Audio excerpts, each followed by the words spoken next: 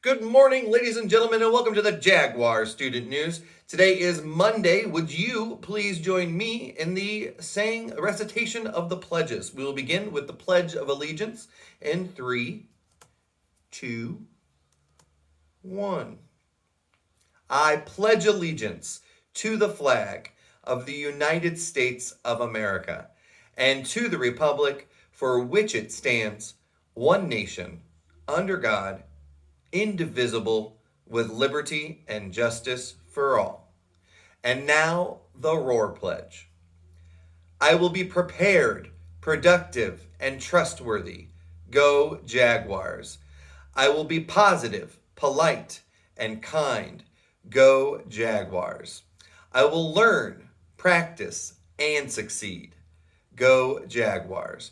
I will respect myself, my school, and everyone around me. Go Jaguars, Jaguars, roar.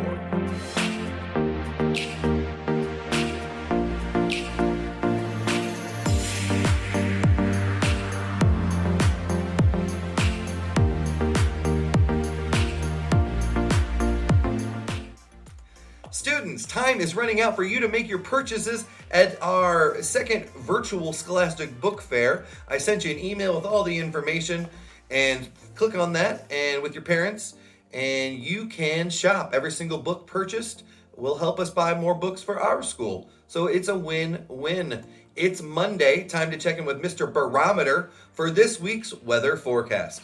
Roll the clip.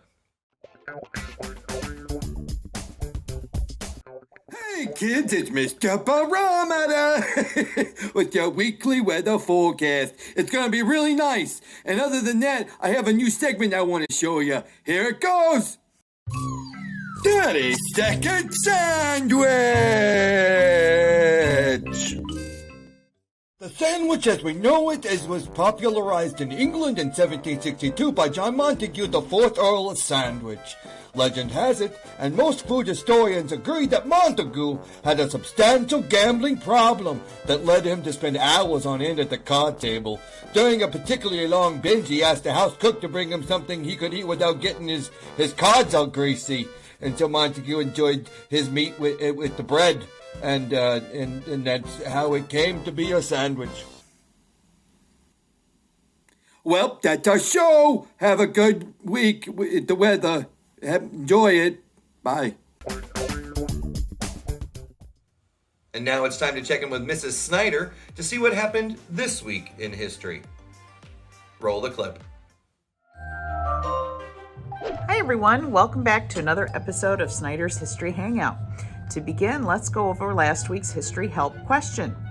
On March 22nd, 1972, this proposed amendment to the U.S. Constitution was passed to the U.S. Senate and then sent to the states for ratification. It prohibited discrimination based on the basis of gender. Unfortunately, the amendment failed to pass by a margin of 3 states. What was the name of this proposed amendment? The answer is the Equal Rights Amendment. So congratulations to those of you who got the correct answer.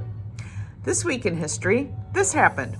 On March 25th, 1921, a raging fire erupted inside a garment factory in New York City, killing 123 young women employed as low-paid seamstresses, along with 23 men. The fast-spreading flames engulfed the 8th and 9th floor of the Triangle Shirtwaist Company in just a few minutes. About 50 of the victims had to jump to their deaths rather than perish in the flames. The sensational tragedy spurred national interest concerning the rights of mostly immigrant women, workers of the New York garment industry who labored long hours, 6 or 7 days a week, in cramped, dangerous conditions for only about $5 per week in weekly pay. To learn more about the Triangle Shirtwaist Factory fire, please click on the link in the comments below. So now I need some history help. He was born as Erich Weitz this week in 1874 in Hungary. He came to the U.S. with his family as an infant and lived in New York City. He began as a Coney Island magician, then became a world-famous escape artist known for escaping from chains, handcuffs, straitjackets, locked boxes, and milk cans filled with water. He died on Halloween of 1926 at the age of 52. Who was he? If you think you know the answer, email it directly to me at snyder@horizontoledo.org for a sweet History Helper surprise. Bye, everyone. See you next week.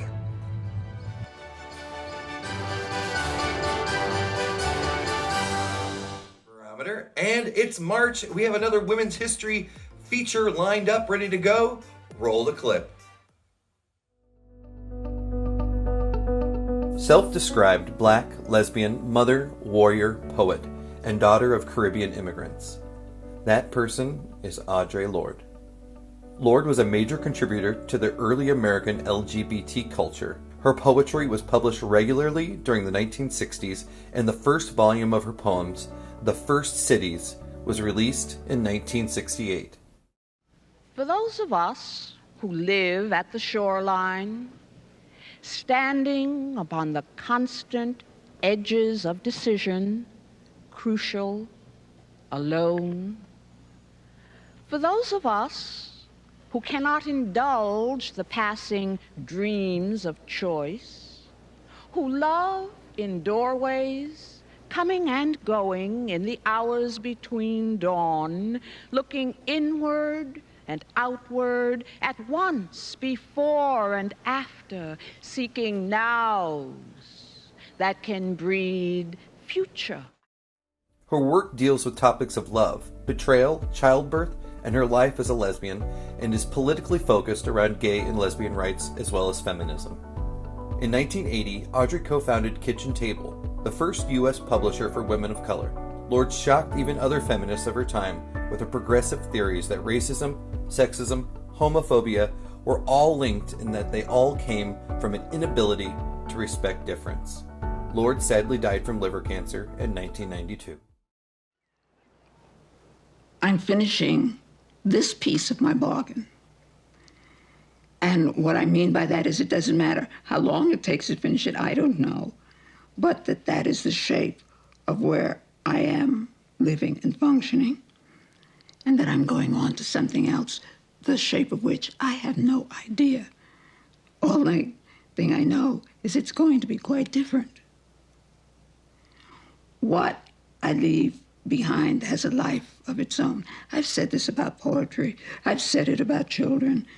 Well, in a sense, I'm saying it about the very artifact of who I have been. Students, testing is this week. If you're testing this week, we know you can do so well. You have this in the bag. Read each question carefully and do your best. Well, that's our show, everyone. As always, be sure to follow your roar core values: responsible behavior, outstanding attitude, achieve greatness, and respect everyone. Go Jaguars! Jaguars roar! Roar! Roar! Roar!